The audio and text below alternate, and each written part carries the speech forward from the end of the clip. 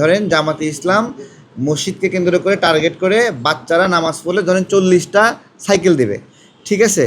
এরকম সাইকেল আগে বিএনপিও দিচ্ছে। তো আমি বলছি এটা আদতে মনে হচ্ছে যে ওয়েলফেয়ার করছে, বাট এটা তাদের রাজনৈতিক এজেন্ডা।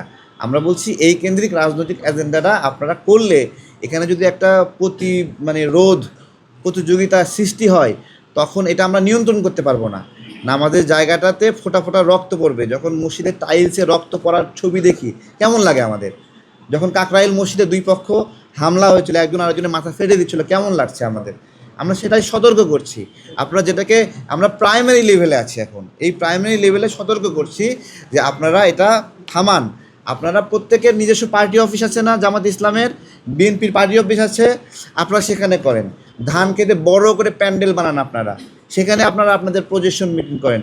বাট এটা মসজিদকে আপনারা কেন্দ্র করে করেন না।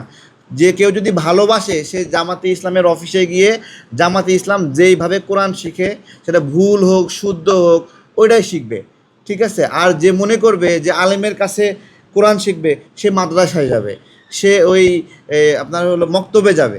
তো এইটা হলো আমাদের স্বাভাবিক অনুরোধ। প্রাথমিকভাবে আমরা আরও বড় কর্মসূচি হাতে নেব দরকার হলে। আমরা এটা কোনোভাবেই মসজিদ কেন্দ্রিক রাজনৈতিক প্রতিযোগিতা এবং সংঘাত আমরা হতে দেব না।